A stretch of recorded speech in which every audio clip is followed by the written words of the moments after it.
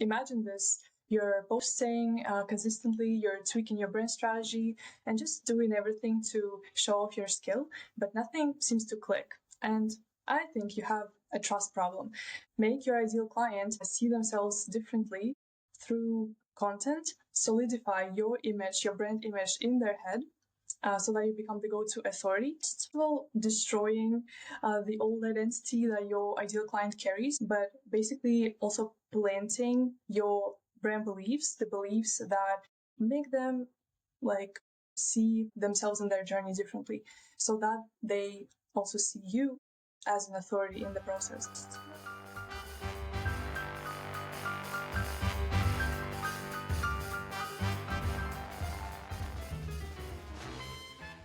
Tanya, if you had to elevator pitch your work in 30 to 45 seconds, how would you pitch it?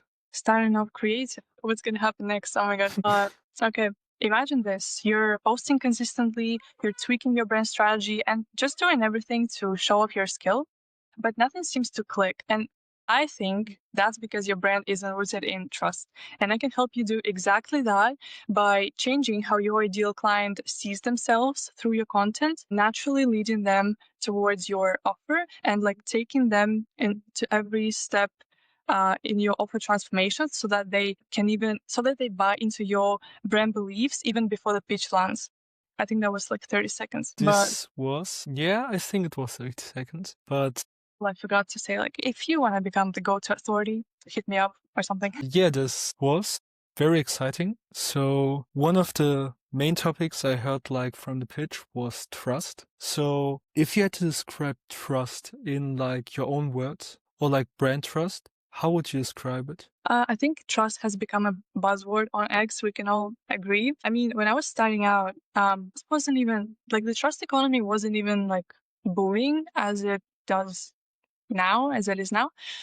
If I were to describe trust, I would say that related to branding, I would say that is basically, first of all, destroying the old identity that your ideal client carries. So they might have some distorted perception of their journey or who they are. For example, I had a client who who came to me saying like, I want to gain 1,000 followers so I can start monetizing, like legit. And building trust starts with breaking that rotten belief. So I had to tell him like the why you don't actually need 1,000 followers to grow, but this is what you need. You need like identity shifting content, and you need to build strong brand associations and build a brand rooted in trust. So yeah, trust starts with like crushing their old identity and then leading them towards their dream destination, but basically also planting your brand beliefs, the beliefs that make them like see themselves and their journey differently, so that they also see you as an authority in the process. Yeah, I'm talking a lot, but No, of course. This is your moment. So my star moment. but this destroying thing is like, it has like a negative connotation, of course. But how do you like proceed? So if I'm like someone who comes to you and says like, okay, I want 1,000 followers to monetize. Yeah. So do you take like the goal they want and then break the beliefs based on that? The old beliefs? Do I take what? Like the destination. So if a client comes to you, they often have like certain things they want. So are you helping them find these things, or they come to you with the things they want and you like break the beliefs based on that? Yeah, like they come to me and they might have what I call false desired outcome. So they think they want this thing, but they don't actually want or need 1,000 followers, right? So I basically explain them the 3 whys. So first I explain it to them, like why this problem is relevant and is destroying their brand. The second why is I tell them why they need to act now, like by highlighting the cost of inaction. And the last why is, like why they should choose me. And normally at this point, they already have some trust in my approach and in me, because I do a lot to build trust through my content preliminarily, like before even like sliding into their DMs. So yeah, like this distorted desired outcome that they have, if we don't break it, they're just gonna head in the wrong direction, as I did for like 7-8 months. So I think that's like the key step, the very first one. Yeah. Do you think that anyone can really build trust? So you said you had a client that came to you who wanted like 1,000 followers. So do you think that every belief out there that's like false, or you call it like false desired outcome, do you think that all of them can be broken? Or do you think that there's like a certain level of delusion maybe that can't be broken? So I think what you're asking is like, can anyone build trust basically with their brand? I think yes. I mean, the point is you have to have some skill, right? Like I developed mine in the process, but the way to highlight the skill is basically to build your brand and trust and not just solve their problems through your content. I don't know, a person comes to you saying, my content performs like us. I don't know if we can say those things because X bans everyone. Yeah, like my content doesn't perform well. You don't just say like, okay, here's a content strategy for you. You first do all this mind work and essentially, yeah, tell them why they need to change. And actually, I just forgot the question, but it makes it very authentic, this episode, right? But yeah. But Oh, speaking of authenticity, yeah. Can anyone build trust? Anyone can build trust as long as you know how to break those wrong beliefs and then naturally position your offer as an identity change that your ideal client craves. Yeah, that cannot be done by just mm, giving them like a 1, 2, 3, like step by step guide to like how to craft your offer, or I don't know. That cannot be done by making them feel something, as people say, or like resonating, because that's what I did for 7 months and it didn't really work as I wish it would. So yeah, anyone can build trust as long as they can take their offer transformation or their brand transformation. In many cases on MoneyX, it's the same thing. For many people, like positioning it as the change that they need, that, and basically do what I just told you, like frame their vision so that they view this change as, yeah, it's the only one. Interesting. So I just wanted to do like the shift from, you said like we're doing a lot of authenticity. So your content, and we will later do a very cool section that many of you will enjoy. But yeah, your content. So I can see a lot of authenticity. So can you maybe describe your content in 3 sentences? In 3 sentences. Yes. Oh my God, words would have been easier, but I would Okay, say, then let's do 3 words. It's also okay. okay, I could say that it's rooted in change. Actually, sentences. It makes people. Is it let's do bullet points. That's very X of you. Yeah, it's rooted in change, in the identity change. It activates the reader, basically, like prepares them. I would even say it cooks the reader so that they like adopt your vision and see your offer transformation as the one. Like you have to like cook your reader before that, so that, yeah, again, they don't have those distorted beliefs. And yeah, so it activates your reader, making them want to take that first step in the transformation. And lastly, I would just say that I'm a fun person and so is my content. Very cool. So activating the reader sounds very interesting, especially the cooking part. So how would you say are you achieving this? So which part of your content is truly the one that makes the reader or the listener in that case do the first step? Thinking of my post right now, there are several things, but I would say one of them is storytelling. And I think we're going to talk more about that. So yeah, because no one would read my post if they looked like a math book, right? And I will talk about storytelling later, I guess. But the part that hits most, I would say it's not just resonating with your ideal client, but it's basically also leading them towards this change. So you can like resonate, you can say, I used to be stuck as well. Like I used to post platitudes. I don't know. I used to have crickets in my DMs, but if you're not highlighting how it's relevant to them, well, they're not gonna like or click into your DMs. But now that I think about this, oh my god, now I have a better answer. So the whole memorable brand thing, right? My branding.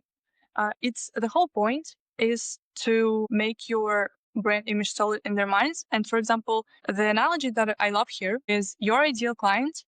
They scroll through Twitter and they see your post. So they read it, they find it valuable. Imagine they find it valuable. And then if you don't have a solid brand image and if you couldn't reshape their vision in such a short amount of time, they're just gonna leave. And I think the key is the combination of having this strong brand philosophy. For me, that means having 1, 2 core pillars that weave through all of your content, because if you write about 5 things, 10 things, it's going to be hard to remember you, because people just don't have people's memory is limited.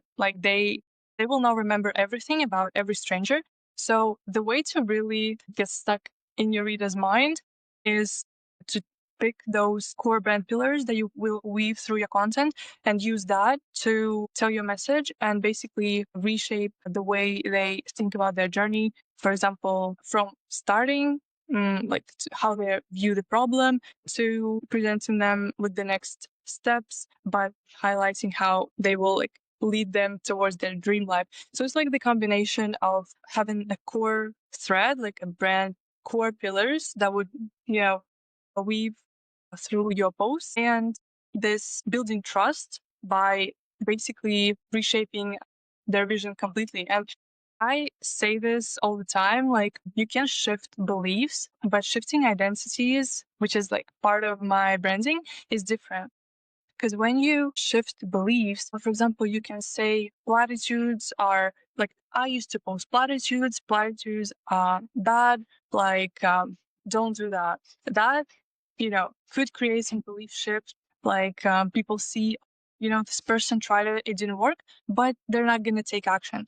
And the way to really make it all land in their mind is to reinforce your brand beliefs. For example, one of my brand beliefs is I used to I used to have crickets in my DMs and I didn't have trust with my audience. I used to have DMs praising me, yet at the end of the day, nothing happened. That kept me stuck for 7 months. And then say that what helped though, what truly helped me build trust with my audience is identity shifting content and strong brand associations. And so then you reinforce this idea through every sentence of your post. Yeah, that was a lot. But basically, yeah, for people to remember your philosophy, for them to see you as an authority, you gotta keep reminding them of the same thing while positioning yourself as the voice in the niche. Okay, so like you said, brand philosophy and trust by reshaping the identity or reshaping the vision. So let's go over these two parts, because I think that's really important for the reader, especially to create this idea of shifting identity with the reader. So we could either go in a direction where we go through your content creation framework or the way you create content, or we can just go through both of these pillars, or we can combine them. I think the combination is the greatest part. So let's start at the brand philosophy. So you said you should have 3 or 4 maybe brand pillars. So things that you post consistently about. And this is one thing I hear a lot from also different, maybe even the highest people in our space, like Dan Ke. He's one of the guys who really reinforces that you should have 3 ways to post your content, or 3 pillars of your content. Yeah. One is personal interest, one is things that can make you money, and one is a growth thing. So how would you describe a brand philosophy in your words? You mean like the notion of brand philosophy or my brand philosophy? Maybe start with yours and then we can do like, okay, how it looks in general.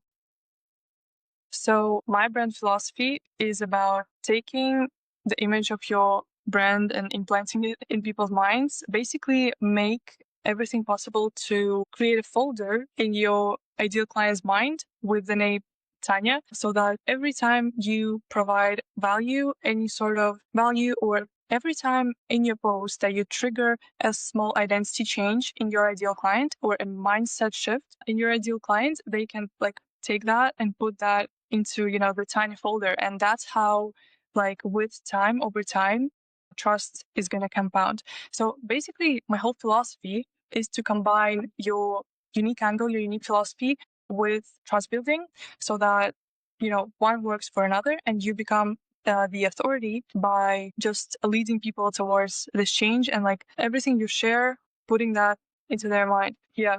And you said you were curious about the content creation part. Yes, so we will go over that, but first of all, like this brand philosophy, so how would you encourage the reader to find their brand philosophy? So are there like questions that got you there, or is it just like practicing a lot, writing a lot that will get you there? Yeah. Actually, that made me think about something. So when people think brand philosophy, sometimes they just take their beliefs. And don't get me wrong, like you should believe everything you're preaching, but your brand beliefs are a bit different. Like they are connected to your unique angle. But the way to find your brand philosophy, I would look at your niche and basically write down like 20 common beliefs just 20 common beliefs of your niche. Some of them you might agree on, some of them will find false. And you got to take those false beliefs and basically turn them into your brand beliefs. Like do the opposite thing. For example, if you think that like solving problems or as me like making people feel something doesn't work anymore or like resonating with people alone doesn't build trust, and there are people preaching that, I can position myself and use like contrarian marketing for that, right? I can position myself in the opposite way, which is going to be really strong. So that's what I did. That's what I did. And I realized that a lot of people out there are saying like, you got to shift beliefs, but then like they say, AI is bad. I used to engage for hours, stuff like that. And then it didn't work. And so I chose being authentic and using storytelling, like being authentic. And when people don't have substance behind their brands, that core brand beliefs, that's leads to trust leaks. So yeah, the way to find your brand philosophy is to find those gaps in your niche and just see in which way you can fill those gaps, because if even you can notice them, that means the gap is big. Okay, so now that we have like a brand philosophy, you said that in your content you put like this brand belief in and try to put it in the folder of a person's mind. So how do you achieve this small sprinkling in? So how can I make my brand philosophy or bring this brand philosophy into this file of a person's brain? So I had a client come to me who was struggling to land clients, and what I saw in his branding was that he found the gap in the niche, but this problem that he was solving was kind of surface level. And you will see where I'm going with this. So for example, yeah, he would post about stuff like use templates, I don't know, wasting hours on engagement. But then his brand belief, as he called it, was like you just got to be unique. And this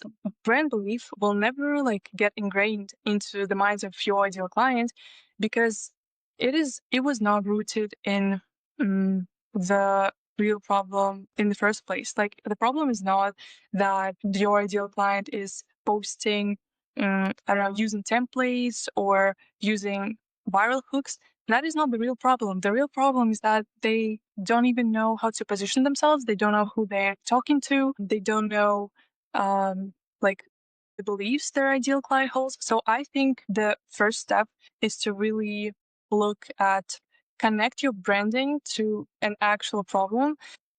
Just like cover your ears literally from all the X noise and do market research, outreach to, I don't know, 10, 20 people who you think and you would love to help. Ask them, um, about the problems and like build your brand from that. Because I think brand beliefs cannot be built based on some, shallow problem. So yeah, you got to be clear on your positioning in order to create a strong brand philosophy. And then you reinforce it essentially by making creating the anti-vision is a good like technique. So you just say, if you keep doing this and you like creating urgency, you will find yourself in the same place like 10 months later. And the thing here is the thing that's precious here is your experience, right? Or what you offer can deliver for them. Because, and that's what I've been also saying, people will come to you if you can just make them aware of the problem even. And I remember the question was about brand philosophy, and I have so many thoughts. But It's all fine. yeah, I want to also say that people are scared that, that's my Russian. They keep value. I used to do that. And I remember in February, there was this guy who reached out to me and like flipped my mind on the problem completely. And I was ready to buy from him immediately. Like he was like, no, but your authentic branding, like you say you gatekeep value, but like your content doesn't do much for your reader. Like you're not even writing to your reader. And I was like, no, you're wrong. No. But he was like, no, but people will come to you even if you like how to put it, like you gotta change your readers view on things through your content. You gotta like be helpful, you gotta help them, lead them towards their transformation. And if you're scared to gatekeep value, that just means there's no substance behind your brand. Like yeah, don't try to gatekeep things. People will still come to you if you have that core philosophy, like a strong brand philosophy in place. And it can only be built from a place of like getting literally knowing your reader through and through and trying to like paint this anti-vision that I talked about. But yeah, that's how I would describe it for now. That's a lot, but yeah, it's a lot that can be like taken to content creation. So a lot of people who are reading this maybe resonate with a lot of stuff you just said. And to this like surface level advice or gatekeeping, I actually heard or saw like a video from Alex Hormozy who talked about that. He said like, okay, give away your knowledge for free, but the application that you should like sell or this should be like behind a paywall. And I also tried exactly that with my like new brand, with my new niche, which is around phone addiction. And we will come later to a little bit of a practical stuff for the reader. But first of all, you talked about anti-vision, you talked about going deeper with the content. So where would you put storytelling? Because this was before your memorable brand or still one of the biggest parts of your brand. So Yeah, okay. what makes good storytelling for you? That's interesting. It's like, okay, we can like go straight into like the application of storytelling, but for the reader, how would you describe or what makes good storytelling for you? So that's for storytelling. I was actually thinking about that. To me, it's like what I used to think that storytelling was like taking your life story and I guess like putting it out there using some pretty words and you just write stories that people like. I thought that was kind of the goal. I realized that that doesn't work. So now I think the storytelling is the ability to combine any like unrelated X stuff or even every life story of yours, any life story of yours to how your ideal client thinks and feels. So, and I have like a few techniques that I use that I will, I guess, like show you in the implementation part, or we can do it now. You can say them now and we can like put or like Alex Ramosi said, you give it away now and then we do the application? So the way I connect my stories to my ideal client, and this is important because again, people won't read a story unless it's relevant to them and they can see that, unless they can see themselves in it, and unless this story is actually relevant to their journey and can eliminate their struggle. So the way I do that is, and I share that in my email course, you take any story, like, well, we'll do the practice later.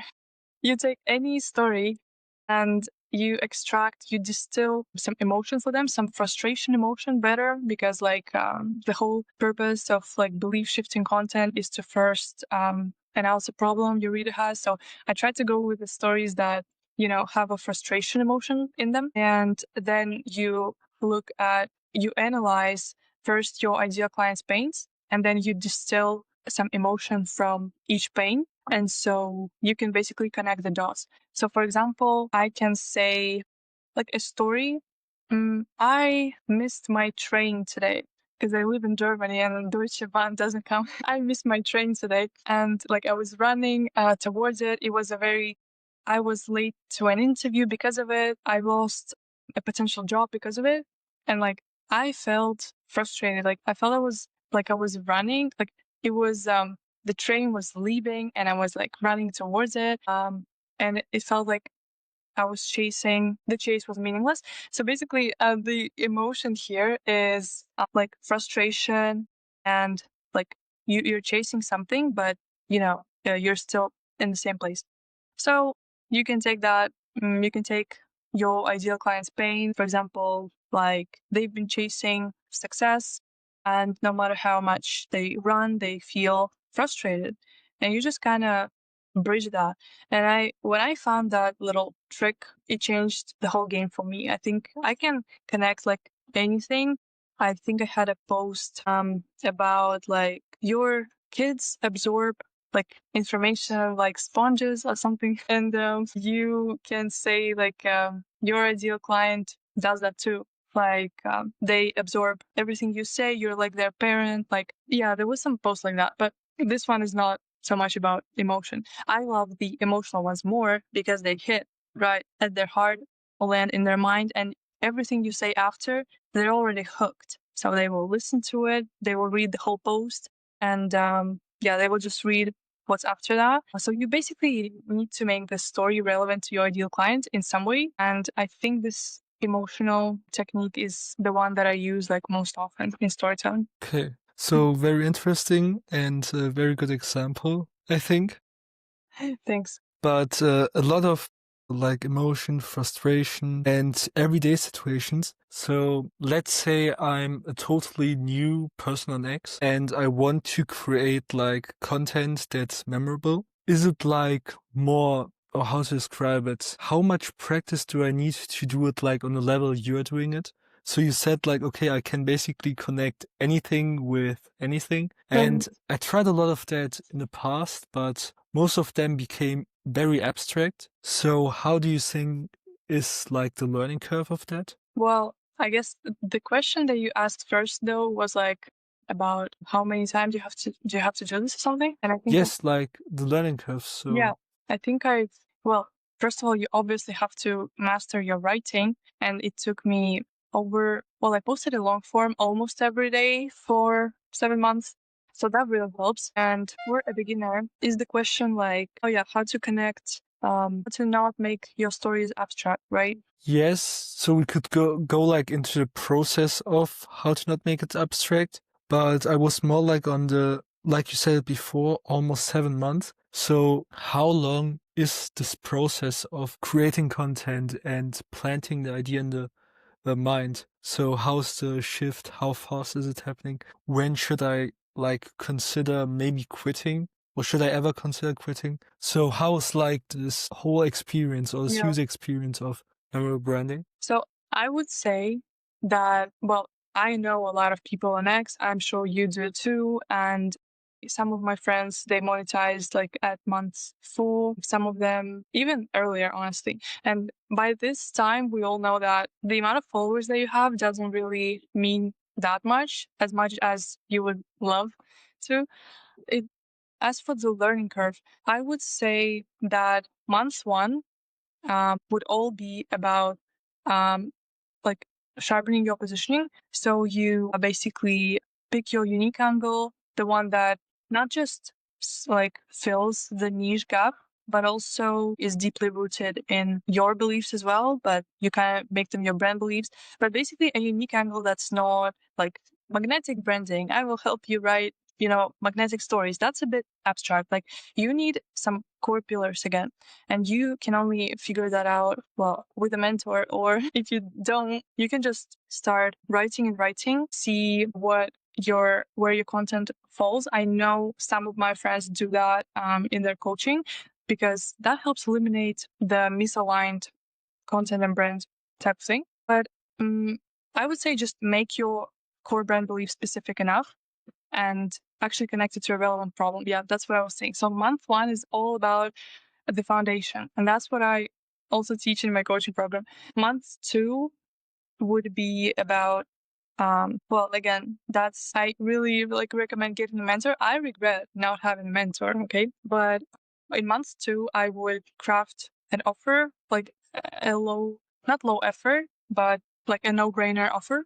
Because I literally the reason I wasn't releasing any offers and I had this warm audience that was like just, I don't know, commenting on my posts, DMing me, asking me how they can benefit from my work. And I didn't like release anything was because I overcomplicated offers so much. I thought I had to create like a 10 blog coaching program, create a newsletter, all this stuff. But no, you don't really need that. And then honestly, once you have your foundations in, once you have like a no-brainer offer that you can reach out to people with, and once you have something to show for it, so your content, the one that actually flips beliefs and creates an identity change, you are ready to land clients. Like you obviously need practice, like writing, the skill of writing doesn't appear just like that overnight. But I think like 4 5 months is enough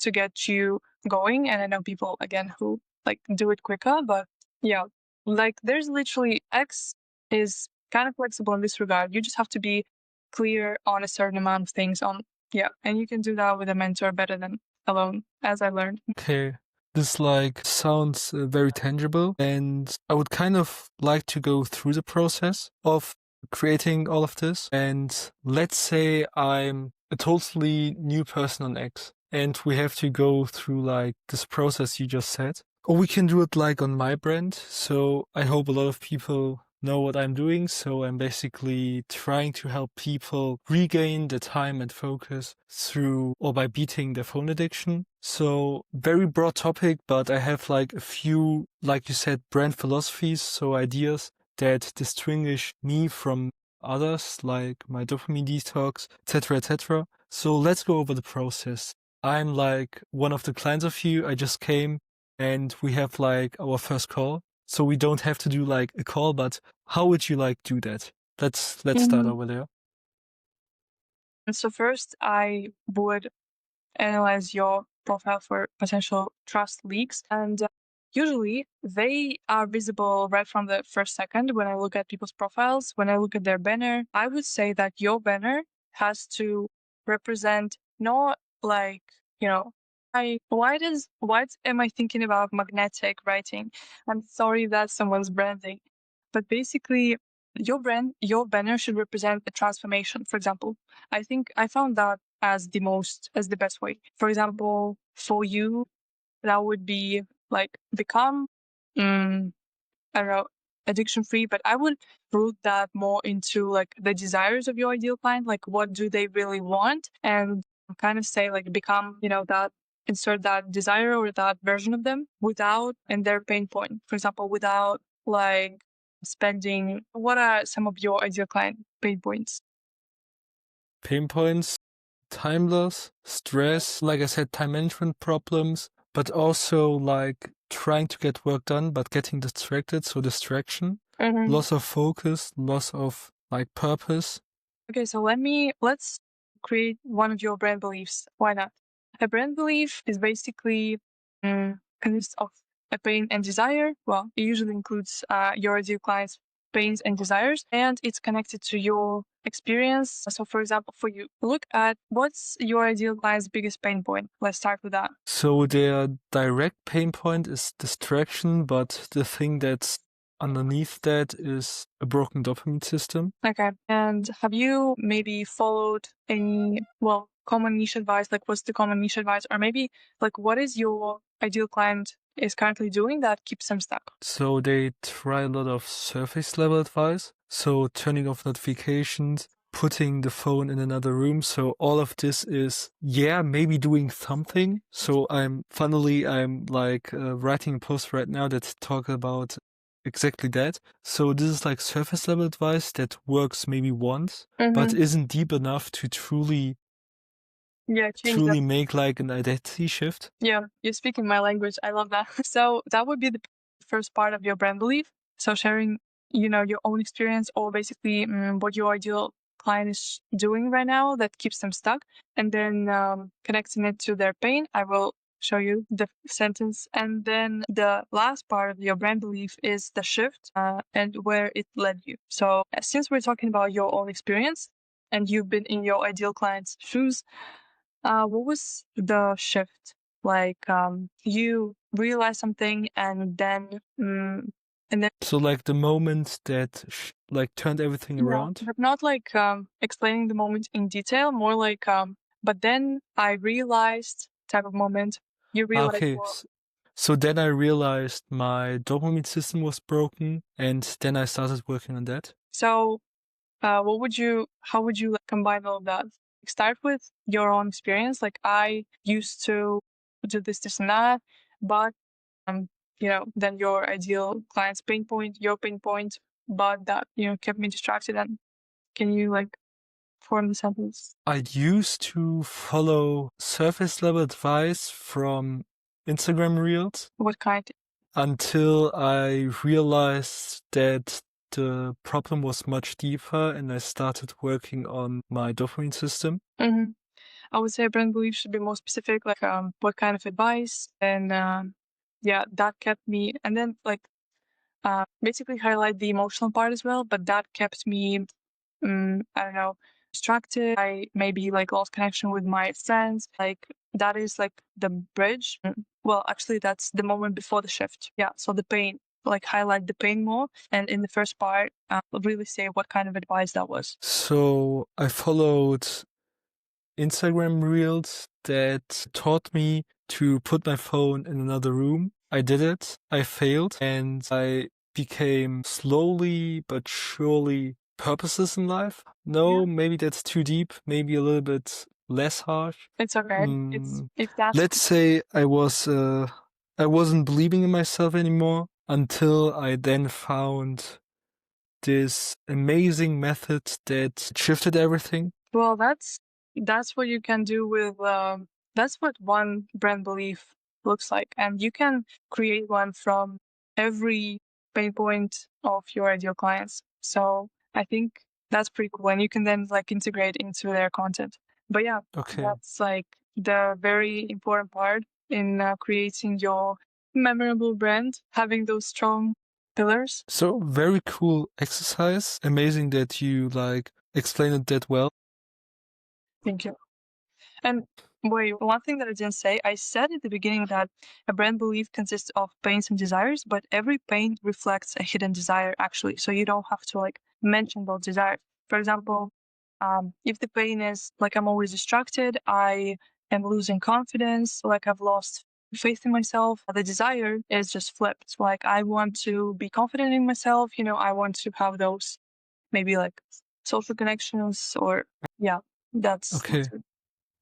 Okay. So a lot of cool stuff, a lot of things that I think the reader can also do and try and maybe improve. Now I want to go more into the back end of all of this. So why do you think memorable branding is so important in this time, or why do you think it's like the future of this creator economy?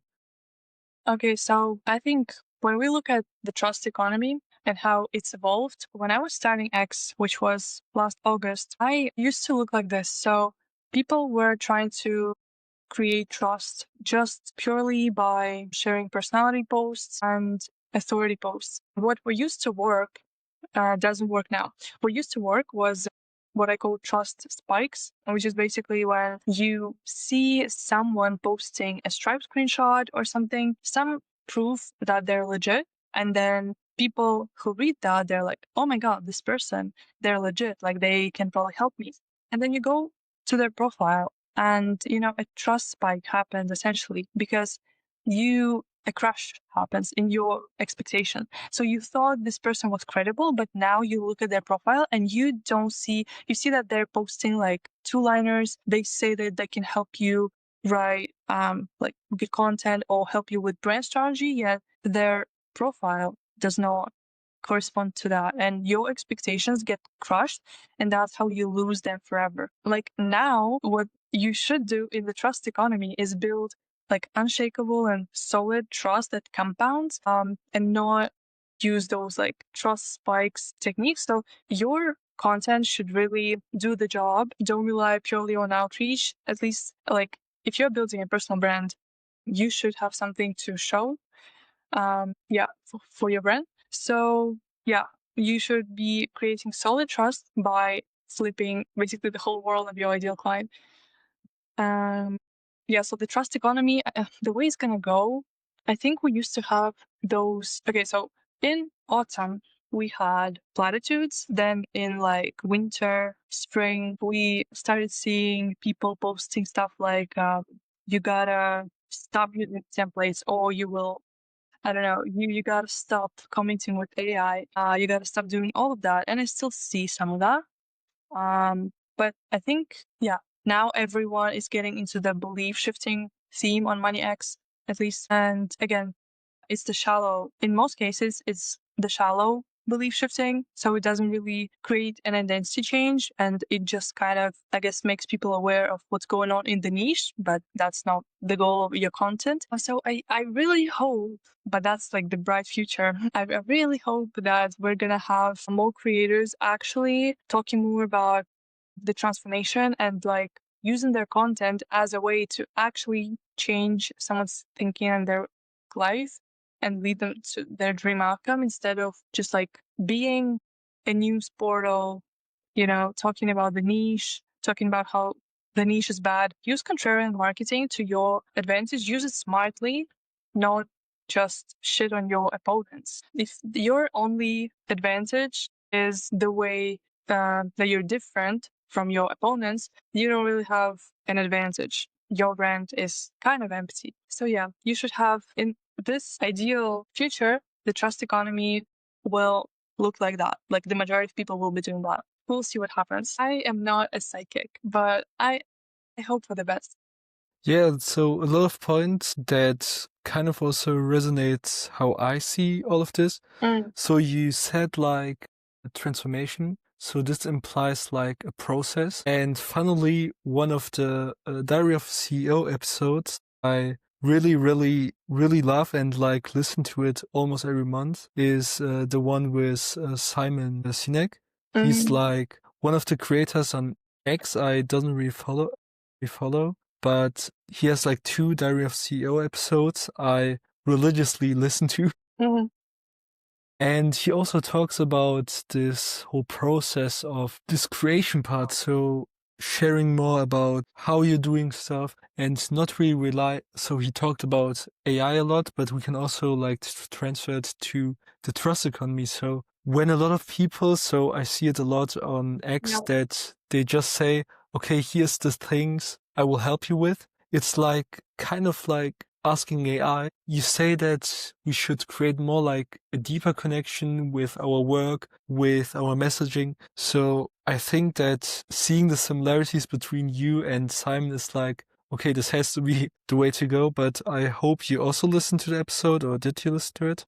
I listened to like 40 minutes, I believe, but I love Simon. And the thing is, I get like, I don't know, 20, 30 minutes of video, like watching YouTube time per day. That's just what I decided for myself. So I'm kind of like picky with that. But I love Simon because he created the well, one reason is because he created the golden circle rule, which is like thinking it goes from why to what and how, and that like he had a TED talk with that, and everyone knows him for that thing. But also like check out his podcast, guys. If you haven't seen what's it called, positivity share. Yeah, I forgot even though I watch it every like month, maybe like one episode. But yeah, it's really good. He's a very like thought deep guy, and I'd love to chat with him in real life. So it sounds like Simon is like one of the mentors. So not every mentor is like paid, or not every person you look up to you necessarily have to pay to. So who are some other people you kind of look up to? You mean in the creator space or just? The thing is, so this last part of this whole podcast is more about like your person. So share whatever comes to your mind. Oh my god, you just gave me flexibility. Okay, so I can start with, for example, a book that I read that was insightful because you said about Simon Sinek, and his friend Will has a book that's called Unreasonable Hospitality. And that book brought me a lot of insight onto how your business shouldn't just be like a operational, but it should also be about connections, like rooted in relationships. So there was an example um, of him working in a restaurant, but working for a company smart. Yeah, I think corporate smart company. That was it. Corporate smart companies essentially just, well, they're huge companies and they don't put that much attention onto the relationship part. They're more like operational. And so he was working in a restaurant and he saw that a vase was standing on the table, preventing the view of the barman onto, like, the barman could not look at the clients, like there was a vase. And so this one day, like he moved the vase, and his boss like kind of scolded him, like, why would you do that? Like, you can't do, anything like that. And he was not used to that because before that he was working in a, I don't remember, it was like corporate smart and I think like relationship smart or something company where he had like full creativity, freedom of creativity. It was smaller and that company was not that profitable. That was part of the reason why he left. But you see, like he says that the combination is the best option. So that was unrelated to X, but another thing is like the book by Matthew Dix. I still haven't read that, by the way, like fully. I think I have like a few hours left because I'm listening it as I run, and sometimes I switch in between books. But yeah, I tried the crash and burn session from there, which is like you just let the thoughts enter your mind, and you just, one thought triggers the other one, and once you get a new thought, you break the cycle, like you start writing whatever comes to mind. Like even when you started already writing some story like about a pirate, I don't know, and the ship, and then immediately you have some new association, like when I was a kid, like we had this birthday party and it was pirate themed, like, and yeah, that thing actually works. I loved him for it, and I know that many people love that book. But as for the creator space, honestly, I look up to a lot of my friends who actually do some cool shit and who actually know their stuff. Yeah, I don't know, like from among the ones that come to my mind like quickly are Urban and then Ben have created Launchpad.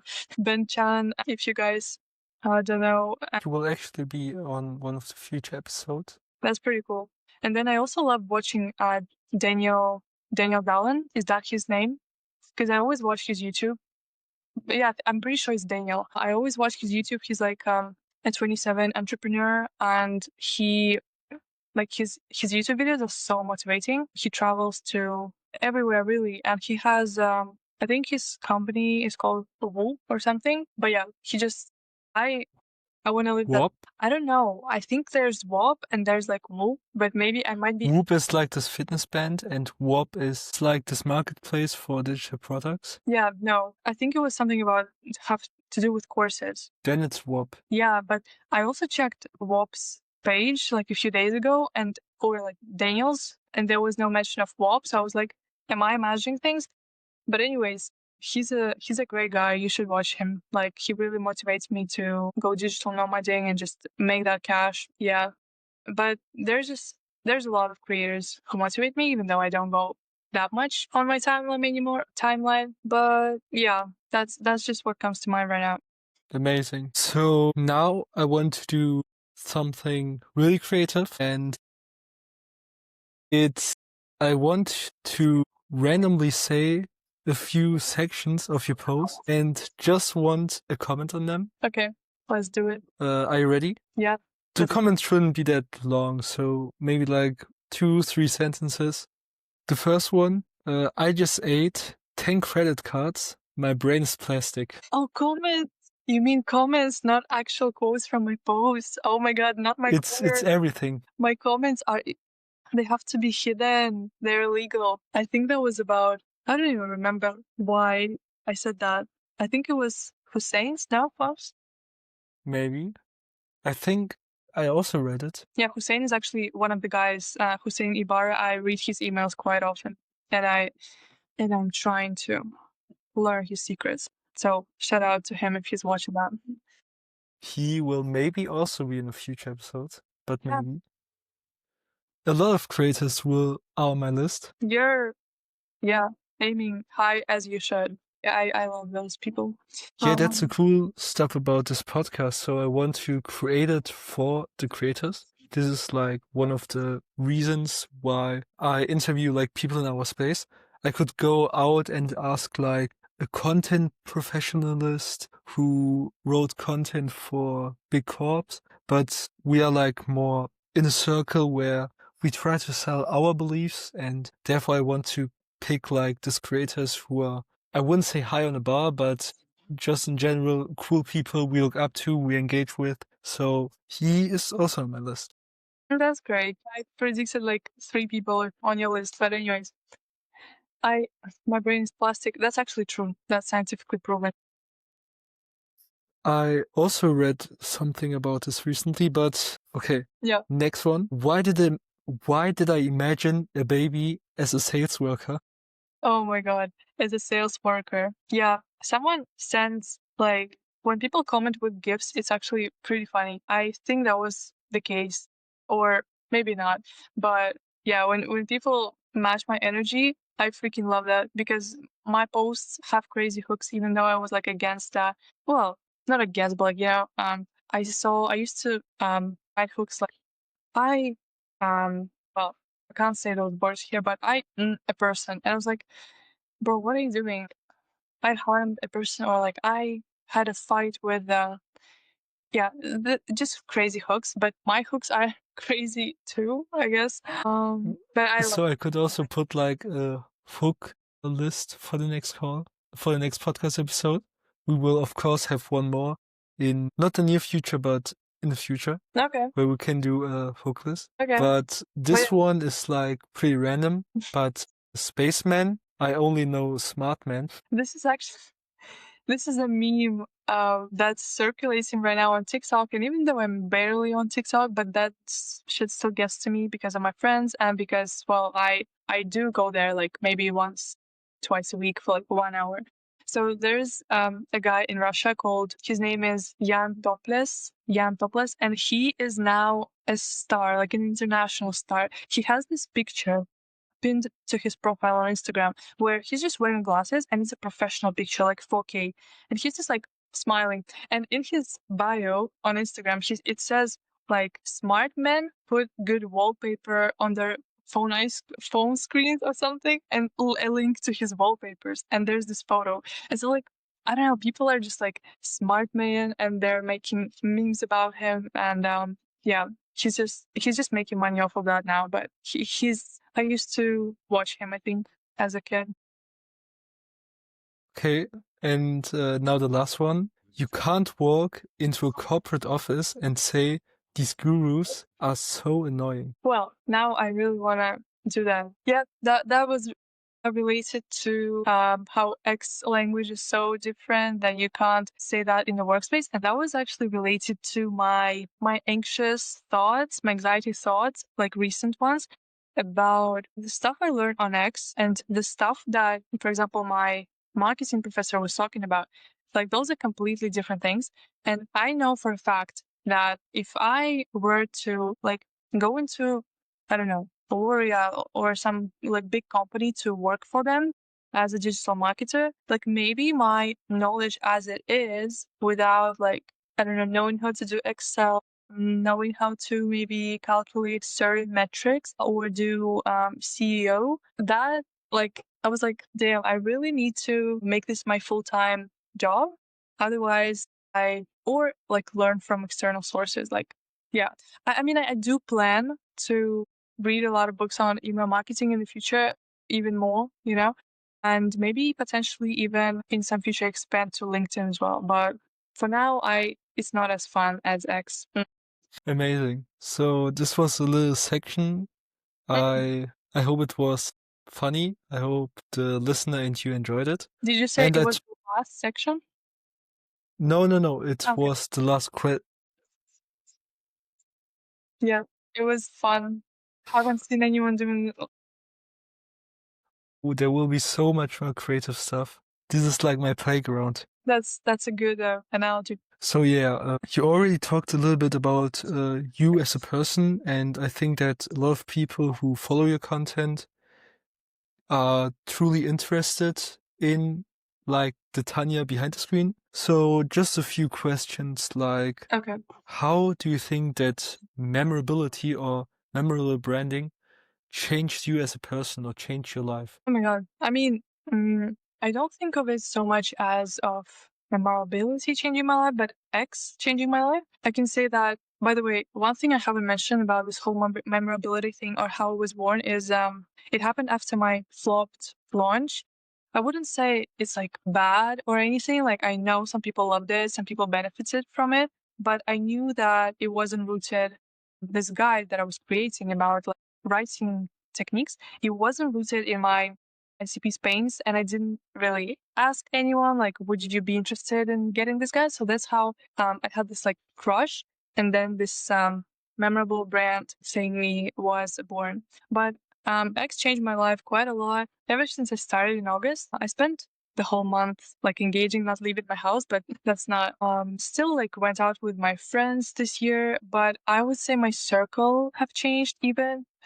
Like a lot of my friends back in Russia, even when I told some of them about this business thing, they were kind of like, well, but isn't Twitter for memes? And then I told them like, no, you can actually grow here. And they were like not very supportive of it. And I was like, what? So that was one change. Another change is I became very picky with how I spend my time, even though not at the beginning. I would say now I really, really upped my discipline. And I'm really happy that change happened.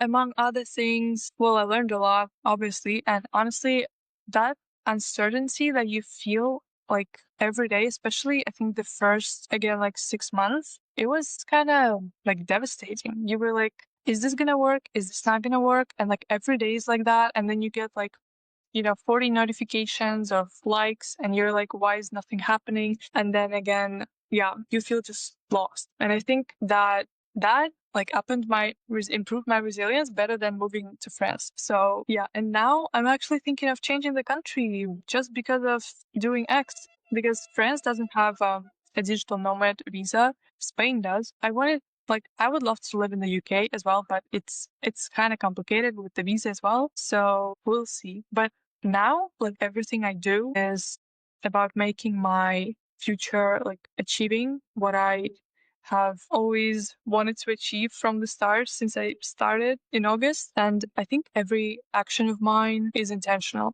And now I know that I'm moving in the right direction, at least finally. So that changed my life a lot. Yeah. I think that a lot of creators can resonate with that. Mm-hmm. So I at least resonated with that. So I guess that it gave us kind of like a direction, like hope that we don't really have to follow the conventional path and try this new thing, which is probably the future that will happen. So I think Nabal also said that one day we will have 8 billion people on the earth and 8 billion businesses. Yeah. So I think I wouldn't say that we are pioneers. I think pioneers are like the Danes and the Nabals. Yeah.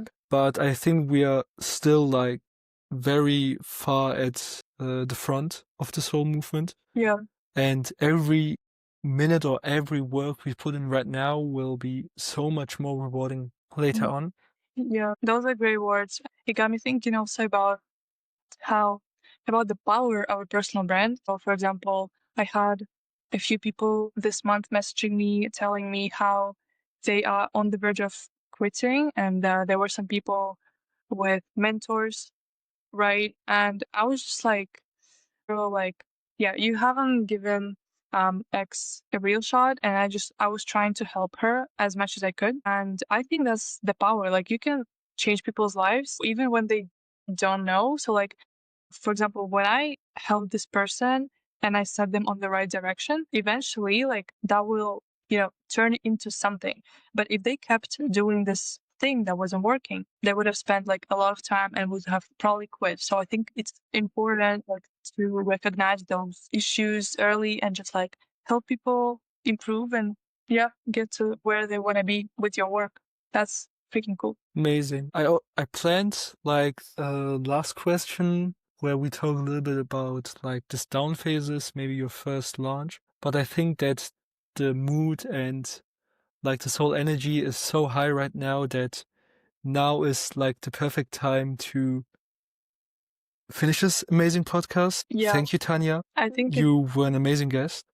thank A lot of things I learned, a lot of things the listener you. can hopefully resonate with and apply. Thank you. And I gotta say, again, all of your questions were hella interesting. I've never had such a chill conversation. Honestly, I wasn't stressed, at least like after minute 10. I was like pretty chill because you're a chill guy. And personally, I remember talking to you in winter, and you were a completely different person. Like, I remember, like, you smile now more, you're like more open, you're like more creative, you're actually trying to make it work, and you're like taking action towards building your dream future, and that is admirable. So I hope you continue doing that, and I hope I will like check out every podcast episode after that for sure. And I need to finish the one with Julian watching. Yeah, but this is great. I loved it. Amazing, amazing. Thank you, and hopefully I will see you in On the one of the memor- future episodes. on the No, I had the chance. oh my god. Yeah, Yeah, on the memorable side. see you on the memorable side. Yeah, Bye. bye.